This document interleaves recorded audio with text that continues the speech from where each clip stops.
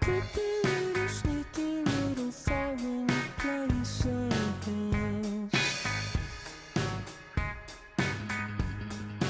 Terrifying territories, I can't take it.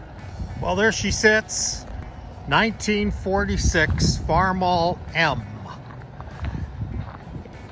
International and Farmall made, I believe, about 250,000 of these tractors from 1939 to about 1954. This is a 46. It's really hard to believe that this tractor is almost 3/4 of a century old. In any event, I'm sitting at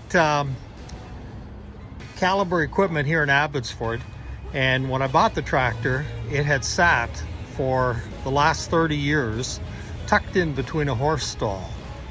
And the second owner that I bought it from used it only once, and that was to pull a hay wagon around during his daughter's wedding.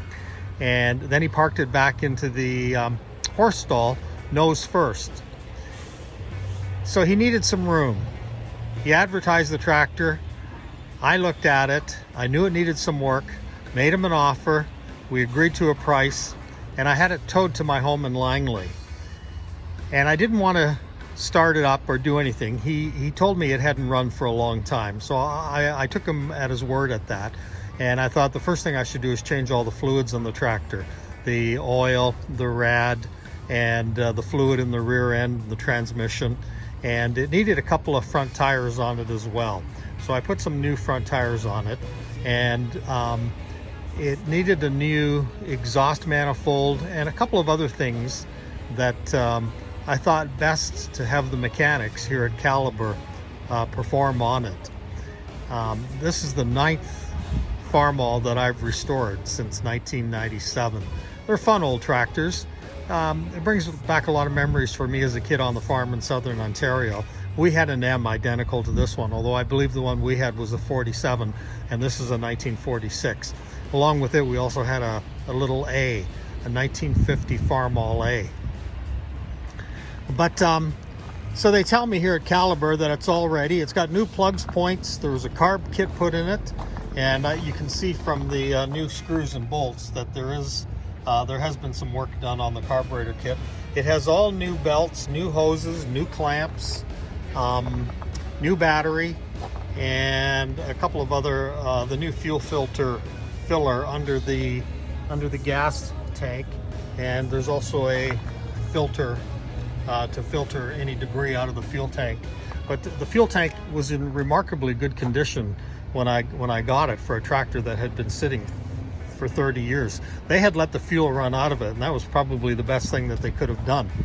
He had put new tires on the back end of her, and the only thing I had done to it, as I mentioned, was put new tires in the front of it.